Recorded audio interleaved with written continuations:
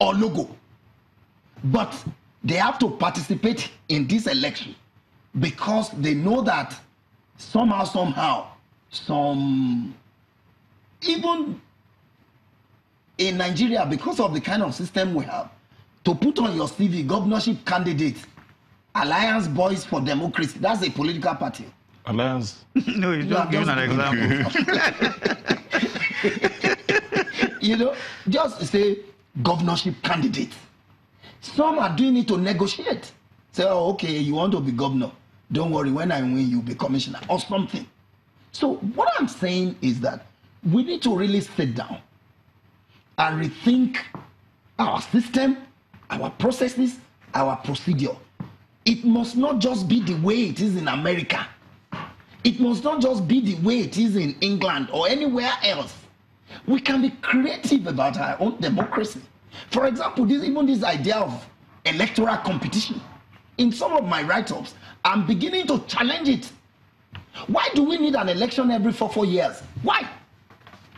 When at a particular election, we can vote for 4 people who can, or 3 people who will rule in turn in the next 12 years.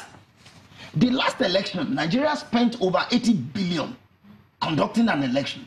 That is enough to solve the problem of electricity, education, and health in Nigeria. All down the drain in printing ballot paper, mobilizing ad hoc officer, mobilizing this one, mobilizing that one.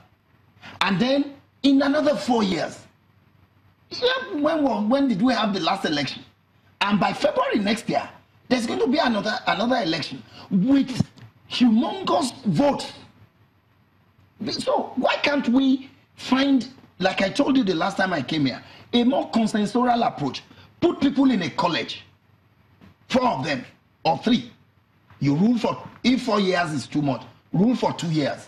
When you finish, you rule your own for 2 years. When you finish, do your own 2 years. Do your own, I do my own. And then in another 10 years, we go back to the electorate, you know, to renew the mandate. But because it's 4 years in America where they are productive, the economy is strong, etc., we must conduct election every 4 years. And who says that it must be by competition?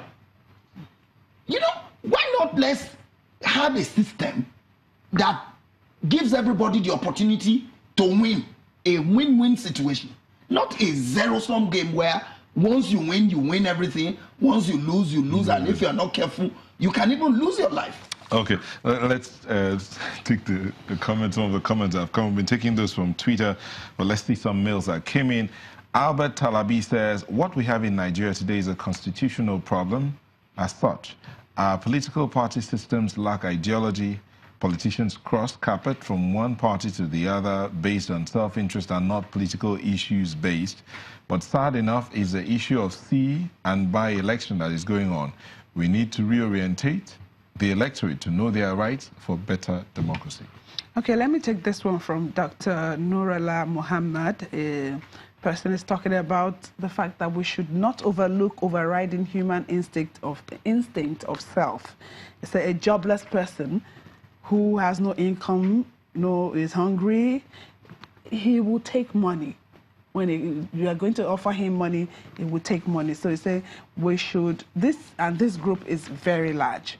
We must get rid of or lessen the ills before we could say substantial improvement. Professor Idoko, based on these 2 emails, what do we do about voters' rights? What should the voters, the electorate, those that are registered, that have their PVC, those that are yet to register, and those that are yet to collect their PVC, what do they need to know about the power they have and how to use it?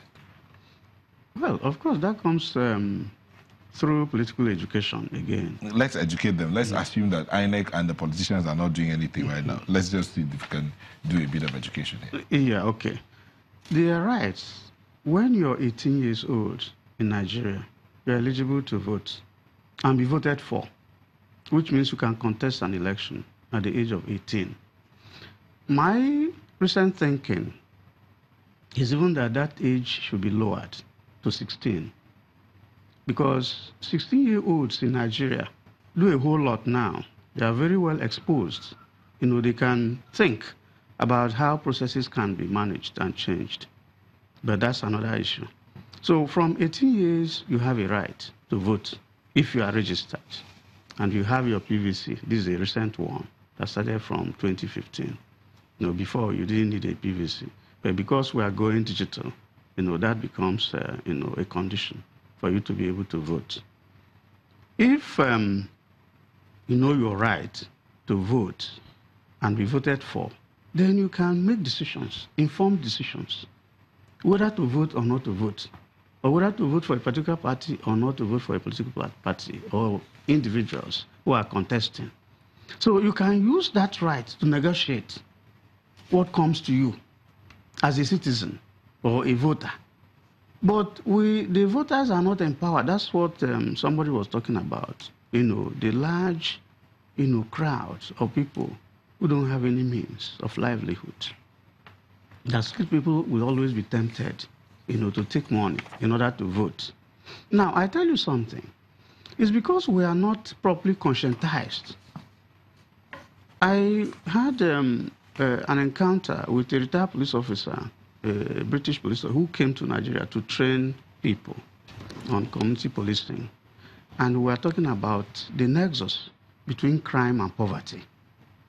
And he said that there is no direct nexus between crime and poverty. That you are poor does not make you go to commit crime. Okay, real quick. What do the voters need to know about their rights? Well, you see, the language of communication also matters. You go to a rally in Ekiti, you are speaking English. Certainly you are talking to yourself. We need to form cells. And that's also my problem about civil societies in Nigeria. What should the voters know about their power in 10 seconds? What they should know is that they have a right.